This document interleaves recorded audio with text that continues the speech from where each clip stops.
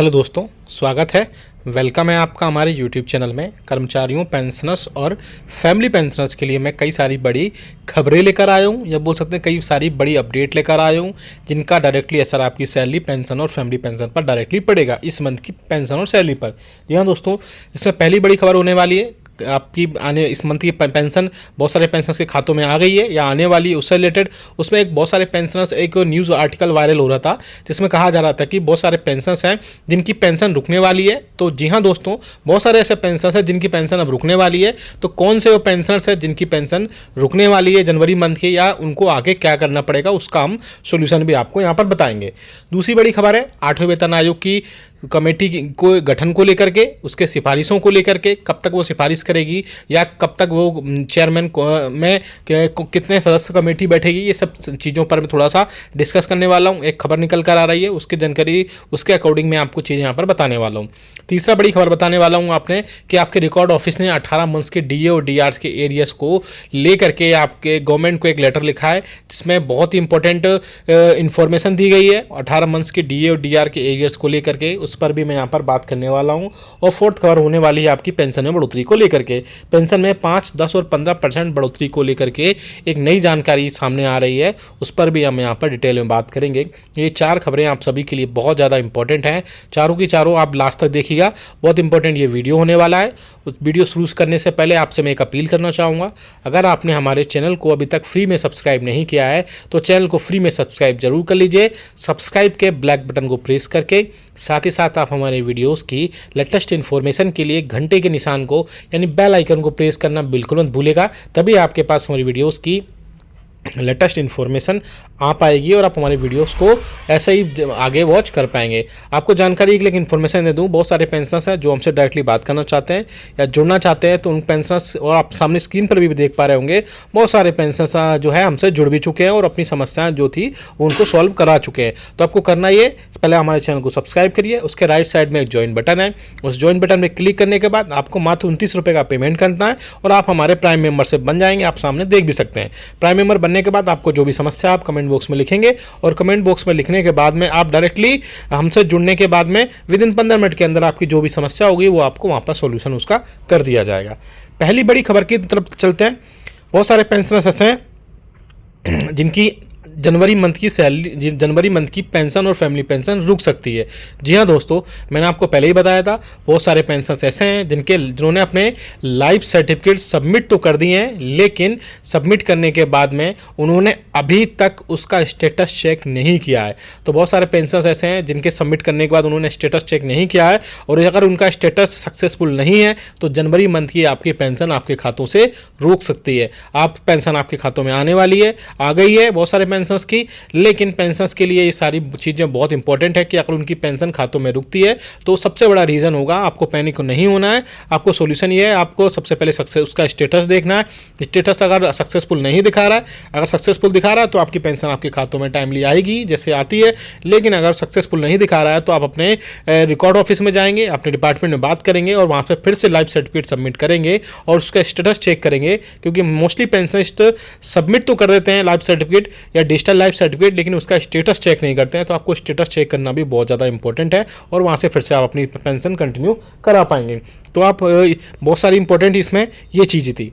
अब बात करते हैं दूसरी, जो कि आ रही है 8वें वेतन आयोग के गठन को लेकर के।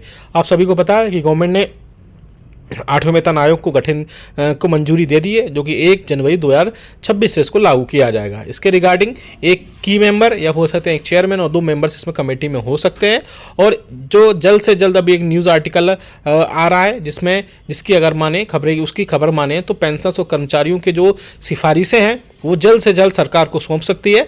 उसी बीच में जो है डीओपीटी ने एनसीजेसीएम के general secretary mister Shiv Gopal Mishra को भी एक लेटर लिखा है, और उन्होंने उस पर बोला है कि उस पर टीओआर बनाने जा रहे हैं, टर्म ऑफ रेफरेंसेस बनाने जा रहे हैं। तो उनके जो भी सजेशंस है कर्मचारियों और पेंशनर्स की तरफ से, उनको जल्द से जल्द वहाँ पर उनको पेश किया जाए, और बाकी जो कमेटी बनेगी वो अपने जितने भी टीओआर्स होंगे वो सारे अपने सरकार को सौंपेगी, और उसके बाद में सरकार उस पर डिसीजन लेगी, फैसले करेगी किन किन रिकमेंडेशन को वहाँ पर मानना है। इसके अलावा कर्मचारियों पेंशनर्स के लिए 8वें वेतन आयोग को गठन 1 जनवरी 2000 गठन का जो है कभी भी हो, और उसका एरियर्स जो है आपको 1 जनवरी 2026 से ही मिलेगा।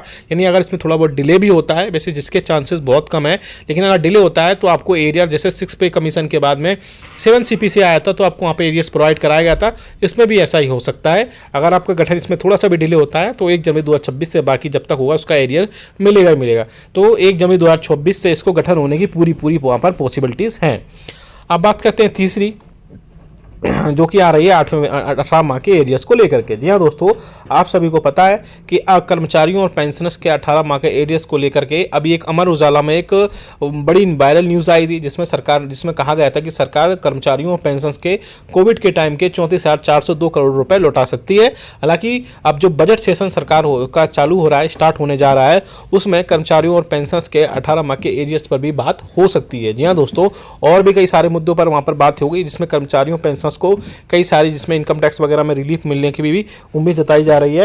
और इसके अलावा पेंशनर्स को वहाँ पर जो 18 माह का एरियर्स का भी अगर खुशखबरी मिलती है, तो अगर 18 माह के एरियर्स की खुशखबरी 8वें वेतन आयोग के साथ मिलती है तो पेंशनर्स और कर्मचारियों के लिए बहुत बड़ी राहत की खबर होगी। और 18 माह के एरियर्स मिलते हैं, सरकार वहाँ पर प्रोवाइड करा भी सकती है, क्योंकि अमर उजाला की खबर की माने तो बजट सेशन में सारी चीज़ें वहाँ पर प्रोवाइड की जा सकती हैं।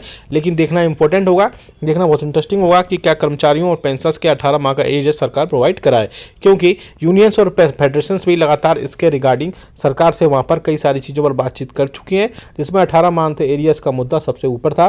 और सरकार से बोला था कि अगर सरकार गवर्नमेंट एक बार में पैसा नहीं दे सकती है तो अलग अलग इंस्टॉलमेंट में 4 से 5 अलग अलग इंस्टॉलमेंट में सरकार वो पैसा प्रोवाइड कराए पेंशनर्स और कर्मचारियों को, जिससे उनको थोड़ी सी राहत मिल सके। अब फोर्थ खबर की तरफ लेकर चलती है, जो है पेंशनर्स की बेसिक पेंशन में बढ़ोतरी को लेकर के। आप सभी को पता है कि अब 8वें वेतन आयोग का गठन जो है बहुत नज़दीक है। ऐसे में कर्मचारियों और पेंशनर्स के लिए बहुत जो लोग बोल रहे थे कि उनकी बेसिक पेंशन में बढ़ोतरी, यानी कि उम्र आधारित पेंशन, एज वाइज उनकी पेंशन में बढ़ोतरी की जाए।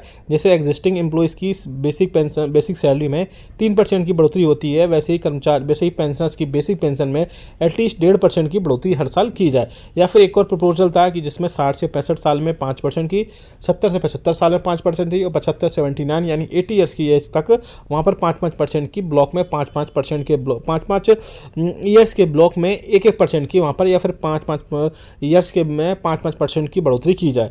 तो ये काफ़ी देखना इंटरेस्टिंग होगा कि क्या 8वें वेतन आयोग से गठन से पहले ही सरकार इसको मंजूर करती है। हालांकि मैं अपना पर्सनल व्यू दूं तो इसमें ये बहुत कम चांसेस है कि बेसिक पेंशन में अब इस हिसाब से बढ़ोतरी हो, जबकि 8वें वेतन आयोग का जो गठन है बहुत नज़दीक है और आने वाले दिनों में इस पर बहुत ज़्यादा चीज़ों पर क्लियरिटी हो पाएगी। तभी आपको पता चल पाएगा कि आपके बेसिक पेंशन में बढ़ोतरी इस बार हो रही है या फिर नहीं हो रही है।